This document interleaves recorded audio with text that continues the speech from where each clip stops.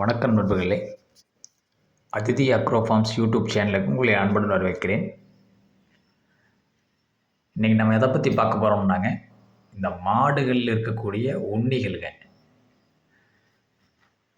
மாடுகள் இருக்கக்கூடிய உண்ணிகள் அதுக்கு என்ன மருத்துவம் பண்ணலாங்கிறத பற்றி பார்க்க போகிறோங்க.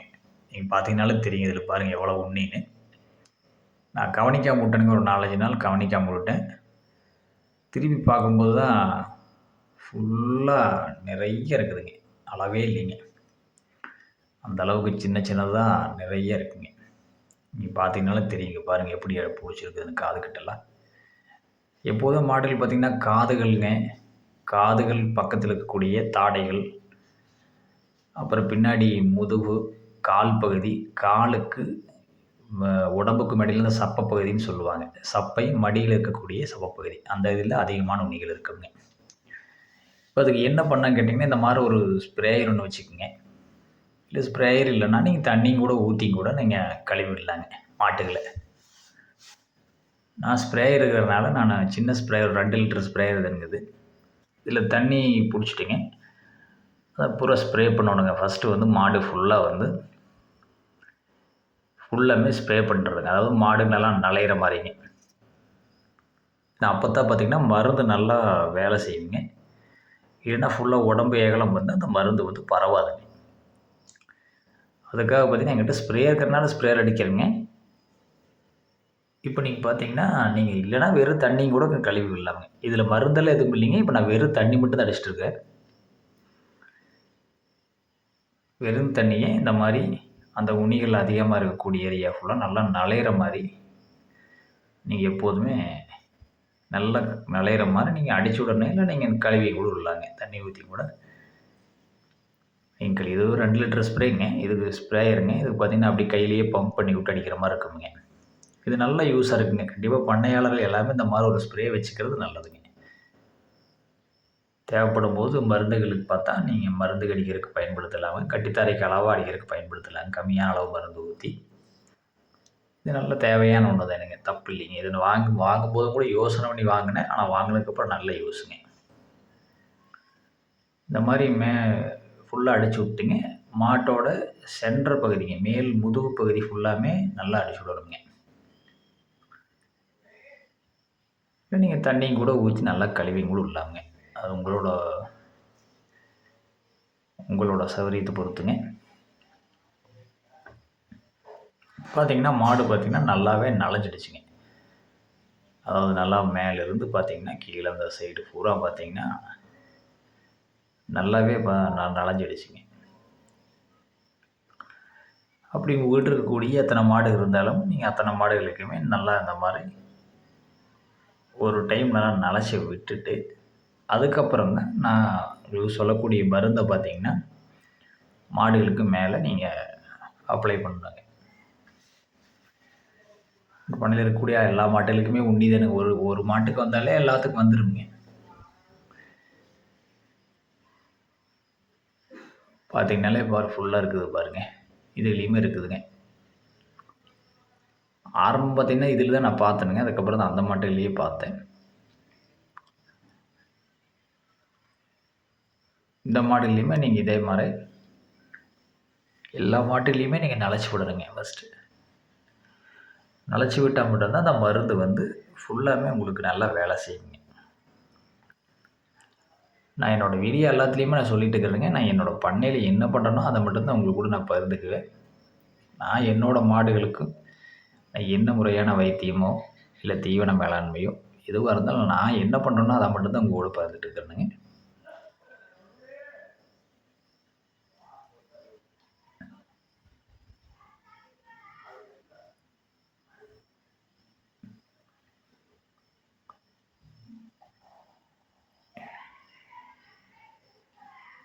பார்த்திங்கன்னா ஃபுல்லாகவே நீங்கள் தண்ணி ஃபுல்லாக மாடுகள் நனைச்சி விட்டாச்சுங்க.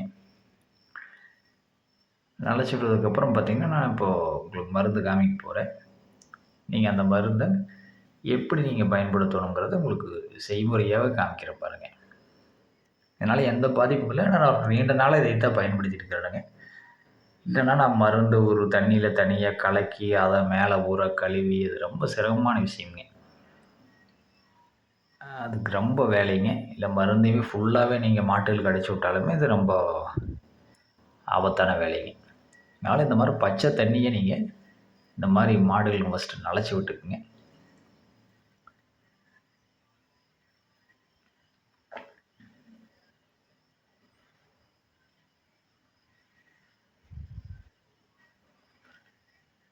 வீடியோ கொஞ்சம் லென்த்தாக இருக்குதுங்க. நான் உங்களுக்கு செய்முறையாக காமிக்கணுங்கிறதுக்காக எடுத்தது.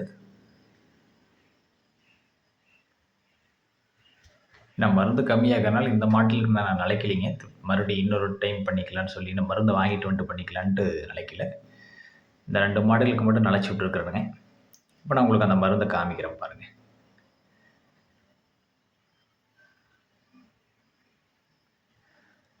இதுதான் அந்த மருந்துங்க.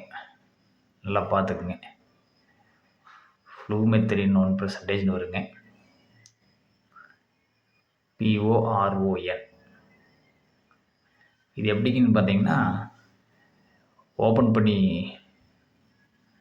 ஒரு சின்ன பாட்டிலுங்க. அந்த பாட்டிலில் வந்து மேலே வந்து இந்த சொட்டு மருந்துக்கு வருது பார்த்தீங்களா, அந்த டைப்பில் இருக்குங்க. அதை நீங்கள் திருகுனீங்கனாலே லைட்டாக திருகி மேலே அதை மேலே இருக்கிறத மட்டும் திருகி மேலே இழுத்தீங்கன்னா அது அப்படியே மேலே ஓப்பன் ஆகிக்குங்க. அவ்வளோதானுங்க. இந்த மாதிரி இழுத்தீங்கனாலே போதுமானது.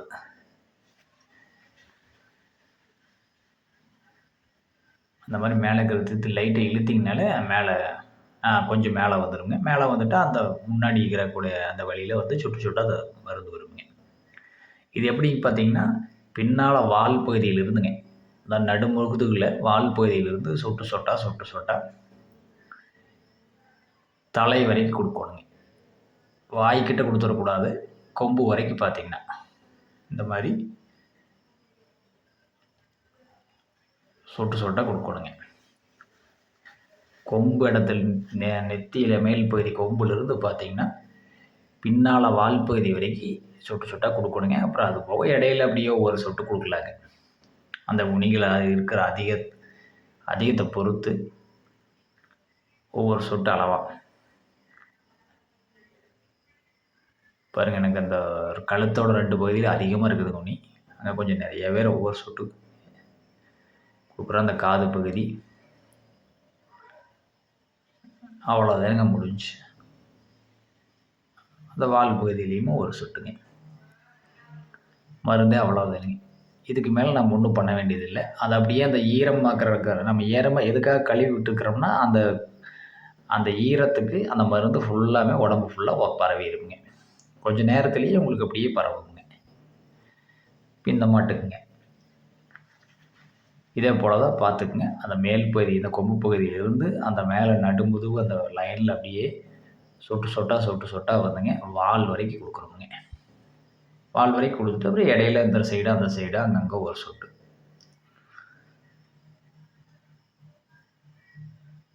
ஏன்னா அந்த கழுத்தில் தான் அதிகமாக இருக்குங்க.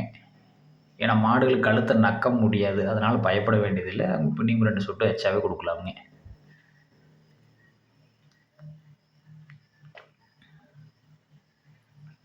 அவ்வளோதானுங்க.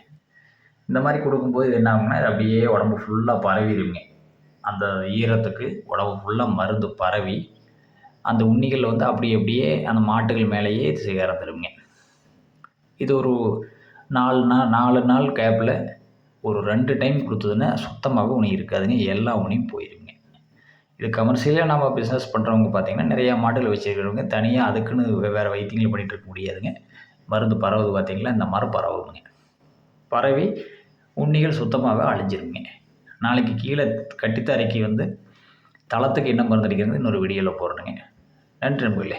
என்னோடய வீடியோ உங்களுக்கு பிடிச்சி என்னோடய சேனலை சப்ஸ்கிரைப் பண்ணுங்கள், லைக் பண்ணுங்கள், ஷேர் பண்ணுங்கள், கமெண்ட் பண்ணுங்கள். பக்கத்தில் இருக்கிற பெல் ஐக்கானை கிளிக் பண்ணிக்கங்க. அப்போ நான் போடக்கூடிய அடுத்தடுத்த வீடியோ உங்களுக்கு உடனுக்குடன் வருவங்க.